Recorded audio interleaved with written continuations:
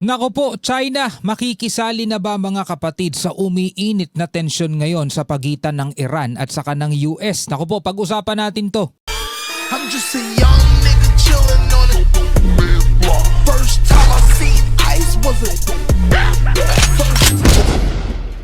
Alright, magandang araw sa inyong lahat mga kapatid. Welcome ulit sa ating panibagong video, reaction, review, commentary, opinion, criticism at kung ano-ano pa.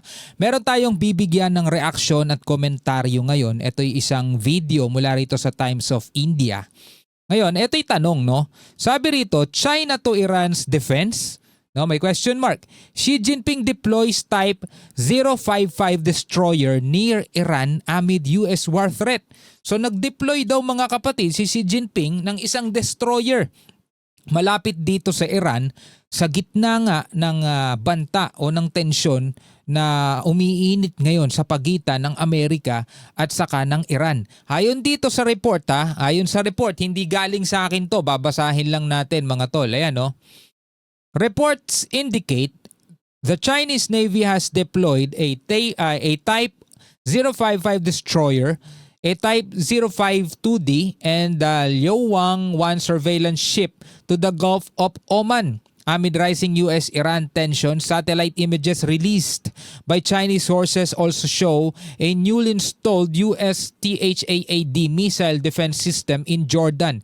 Analysts suggest Beijing could be monitoring Western naval movements and providing intelligence support to Iran.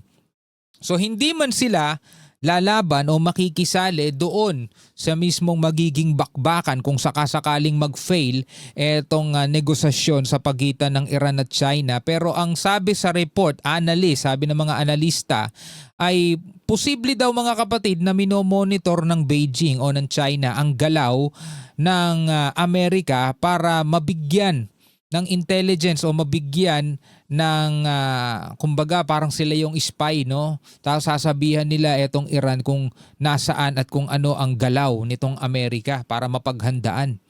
Ano sa tingin ninyo mga tol? Well, para mas malinawan tayo mga kapatid, panoorin na lamang natin itong video na to. Samahan ninyo ako. Bago natin to simulan, huwag niyong kalimutan mag-subscribe. Click nyo na rin ang notification bell para ma-notify kayo whenever na may mga bago tayong reaction video tulad nito. Huwag na natin patagalin pa, panoorin na natin to mga tol. Ito'y 18 hours ago pa lang mga tol Ito nakalagay dito 18 hours ago. Chinese Navy deploys destroyer near Iran as US threat continues.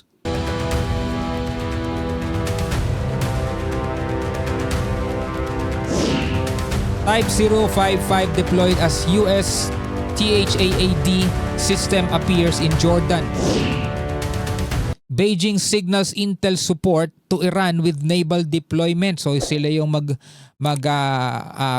magbibigay ng intel dito sa Iran para makita nila.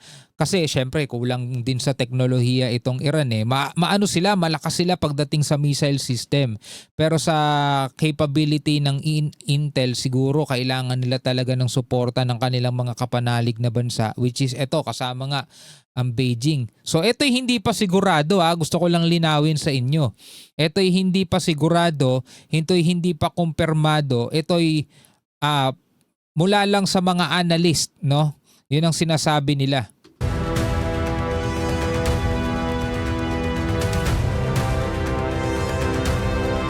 If reports are to be believed, China's People's Liberation Army Navy has deployed a Type 055 guided missile destroyer to the Gulf of Oman and the northern Indian Ocean.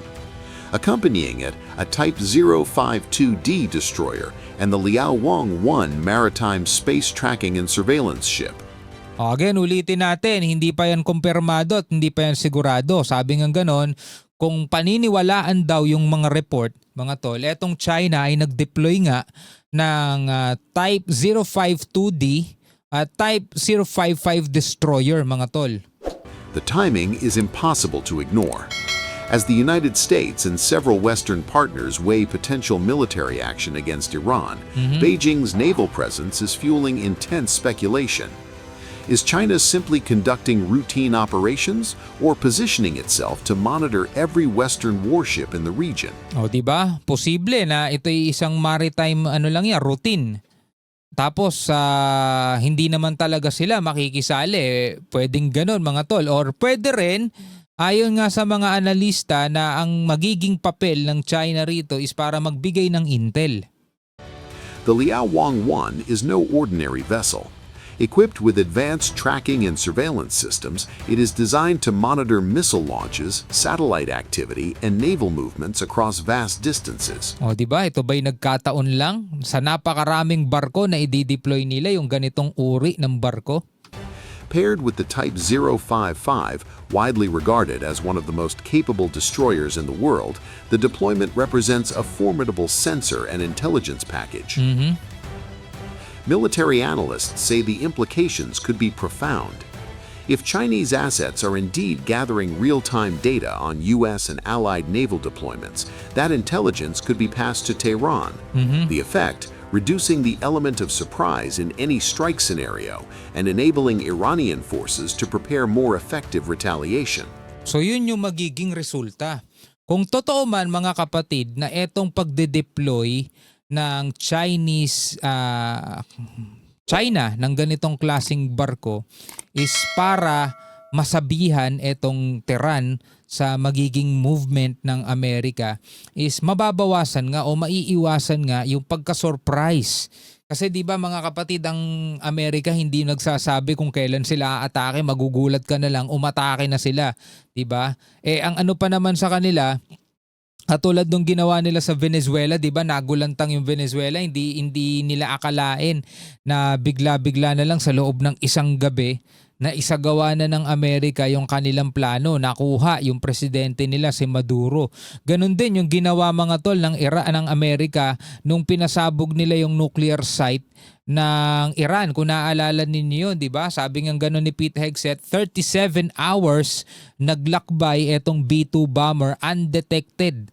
Di ba? Hindi na detect, so hindi alam ng Iran na may papalapit na palang ganong klaseng bomber doon sa lugar nila. So eto, ang pinakatulong nito, di ba, is mapaghahandaan ngayon ng Iran yung papalapit na threat, no? Kung eto man yung papel nitong Chinese vessels na nandirito, di ba? Para magbigay ng intel dito sa Iran at yung kanilang sandatahan, yung kanilang army is makakapaghanda at hindi sila magugulantang sa gagawing pag-atake ng Amerika. And then another development. On February 10th, Chinese sources released satellite imagery showing a newly installed U.S. Army THAAD anti-ballistic missile system at Muwafaq al-Salti Air Base in Jordan, now a central hub in the recent U.S. military buildup. The images reportedly revealed a command post, a long-range radar system, and 6 launchers. The publication of those images may itself be strategic messaging. It signals that China possesses the capability and perhaps the willingness to monitor Western deployments in real time. Ayaw ng China, ginagawa sa kanila yun. Pero sila ginagawa nila. Well, ganun talaga eh. Combined with the Liaowang 1 sensor arrays and the advanced dual-band radar systems aboard the Type 055, Beijing could potentially provide Iran with detailed targeting data. Ooh, Beijing could provide Iran with detail. Sabing ganun mga tol. Beijing could potentially provide Iran with detailed targeting data. Para malaman ng Iran kung sino yung patatamaan nila. Kung sino yung, 'di ba, sabi nga gano'n ng Iran, once na umatake ang Amerika, 'di ba, magre-retaliate sila, hindi man doon sa kalupaan mismo ng Amerika dahil malayo yung mismong US, kaya daw nilang punteriyahin yung mga US bases. So dahil nga dito sa inilabas ng China, kaya nilang mag-provide dito sa Iran ng detailed targeting data, no? O eto, andirito yung base ng Amerika, eto yung patatamaan niyo, ho. O eto, may base din ng Amerika dito sa lugar na to. Kumbaga China ang magsusupply ng kaalaman dito sa Iran kung sino yung tatargetin. Type 055's radar suite has often been compared to the advanced systems once envisioned for the U.S. Navy's Zumwalt class. Over-the-horizon tracking capabilities, integrated air defense, and long-range detection make it a floating command node at sea. For Iran, intelligence could prove more decisive than hardware. Tehran's ballistic missile arsenal has already demonstrated multi-warhead and hypersonic capabilities during Tama. previous hostilities. Tama. Naipakita na ng Iran kung gaano sila kalakas pagdating sa ganyang sandata. If paired with external surveillance data, its missiles and drones could operate with significantly enhanced precision. Kasi ang problema sa Iran, mga tol, diba, pag nagpakawala sila ng missile, kumbaga nagpapaulan sila, tamaan kung saan tatamaan. Alam mo yon? Bahala na si Batman. Basta magpapaulan sila ng marami. Yung tipong wala talaga silang target kung saan na lang bumagsak, mga tol. Yun yung problema sa kanila. So, ang nangyayari is umaasa na lang sila doon sa kumbaga sa dami ng ibabagsak namin, hindi lahat kaya mong salagin. Yung mga hindi mo masasalag, yun yung dudurog sa'yo. Parang ganun, mga tol, bahala na.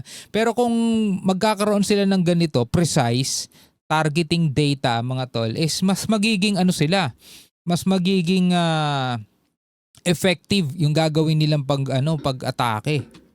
China's potential support would not be without precedent.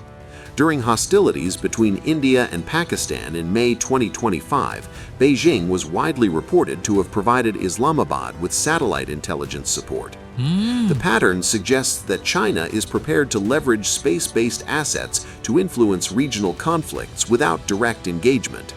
Without direct engagement, ba? Diba? Ang talino ng China, mga tol. Yun yung paraan ng pakikisali nila, hindi dun sa mismong gere, di ba? Kasi syempre, ayaw nila na ma-damage yung kanilang mga barko, ayaw nila na makaltasan o mabawasan yung kanilang mga sundalo. So sa ganitong paraan na lang sila nakikisali, indirect, no? Speculation has also emerged that Beidou navigation infrastructure may have been delivered to Iran, strengthening its ability to receive secure positioning and targeting data. Meanwhile, the defensive strength of the Type 055 and Type 052D destroyers could serve as a deterrent against any direct targeting of Chinese vessels. The memory of the 1999 bombing of the Chinese embassy in Yugoslavia after allegations it had assisted Yugoslav communications remains part of Beijing's strategic calculus. China's naval modernization over the past decade has transformed its global reach. Large-scale procurement of the Type 055 and Type 052D classes has expanded Beijing's blue water capabilities dramatically. So kumbaga sa basically, no, ang nangyayari is US, 'di ba? US versus Iran. Kung titignan mo, medyo mas may advantage itong US pagdating sa teknolohiya kontra dito sa Iran. Siguro kung puwersa sa puwersa, may laban din talaga tong Iran eh. Yun nga lang, lugi sila pagdating sa teknolohiya, di ba? So ngayon, dito na papasok ang China. Sabihin siguro, no? Lakas ninyo, lakas ng Iran, katulong yung teknolohiya ng China. China ang magpo-provide ng information kung ano yung galaw ng Amerika, kung umatake na ba sila o para hindi kayo ma-surprise, hindi kayo mabigla, paparating na sila. Siguro China mag-feed ng information yan sa Tehran. Tapos China rin ang mag-feed din ng information sa Iran kung saan banda o saan ang location, saan located itong mga missile system ng Amerika at saan nakapwesto yung mga base nila para yun yung tatargetin ng Iran. Indirect mga kapatid, kasi hindi kasama ang China sa nakikipaglaban, nakikipagdigmaan, pero sa kanila pwedeng manggaling yung information na magagamit ng Iran para masabayan itong lakas ng Amerika, mga tol. Ano sa tingin ninyo? No, ano ang inyong masasabi rito? No? Bago natin ito tapusin, syempre maraming salamat sa lahat ng mga bago nating subscribers at saka followers, mga tol. Huwag niyo kalimutan magbigay ng komentaryo sa ibaba kung ano ang inyong masasabi rito. Hanggang sa muli, ako nga pala si Shobal D.